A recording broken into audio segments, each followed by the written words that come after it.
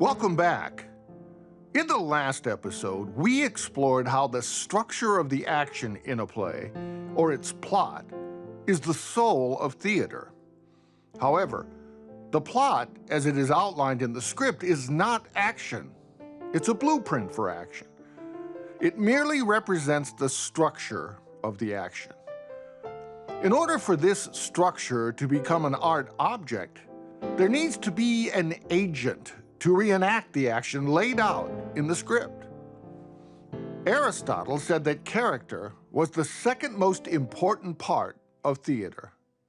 He described character as the agent with a view to the action. He said that a character is the sum total of their actions, placing prime importance once again on action.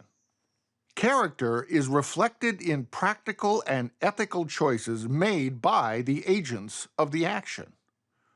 A play's plot is the result of these choices. The rising intensity of plot is created by the conflict between characters as a result of these choices. A character in a play is made up of external and internal qualities. A character's external qualities are the physical or outward appearance of the character. This quality is the preoccupation of the costume designer. A costume design can emphasize and enhance the physical qualities of the character. But a good costume designer knows that it's much more than that. A costume designer also knows that their design choices also reflect the internal qualities of a character. The internal qualities of a character are the impulses and thought processes that are unseen by the audience, but are reflected in the character's actions. Naturally, internal processes are more than the results of reflective thought. Emotions and passions are also unseen internal factors that motivate action. Core values and rationalizations made regarding those values are other factors that motivate character. In the same way that Aristotle believed that plot should have a unity, he felt the same way about the character in a play. There needs to be continuity in the behavior of a character. The actions of a character need to be in service of the plot, but they also must be believably motivated. On an external level, we learn of Hamlet's characters by what the other characters say about him. We first see Hamlet at Claudius's coronation as King of Denmark. When Claudius asks Hamlet, "How is it that the clouds still hang on you?" he reveals that Hamlet is engaging in moody behavior. It cues the audience to an important character trait. Hamlet is portraying a popular stage type during the Elizabethan era, the melancholy brooder. In fact, it was fashionable at that time for young men in society to exhibit melancholy behavior, indicating their dissatisfaction with the status quo.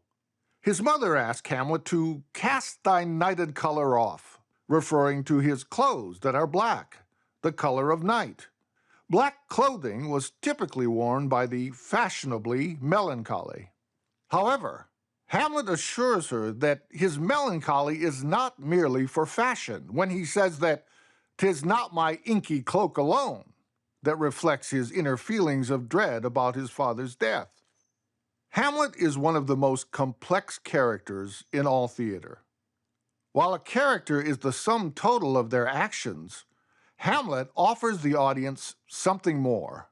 Through the dramatic device of soliloquy, audiences are introduced to the inner workings of Hamlet's mind.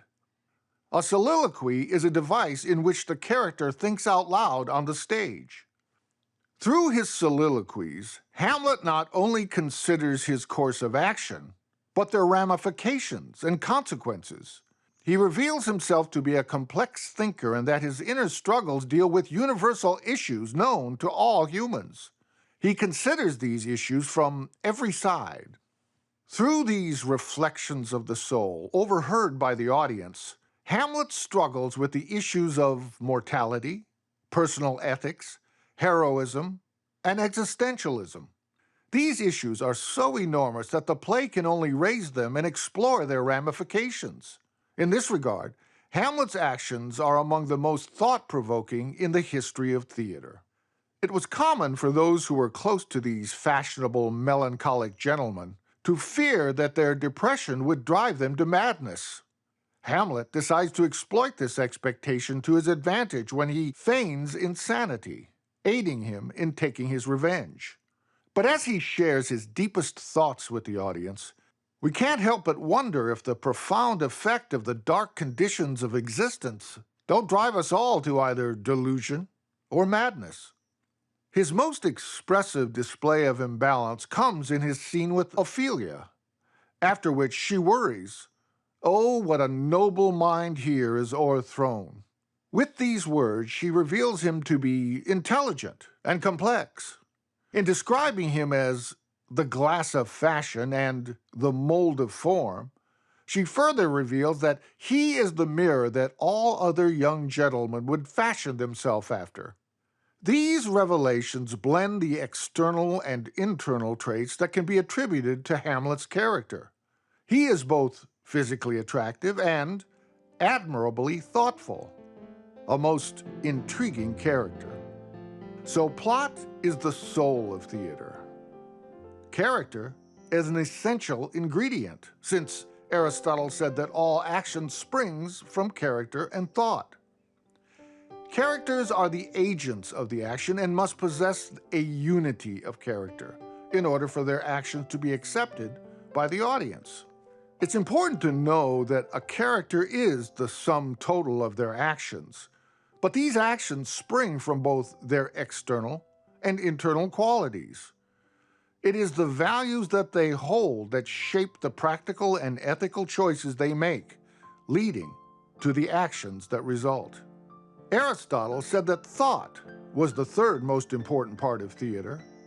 In the next episode, we'll explore how thought is embodied in both the plot and characters of a play. See you on the other side.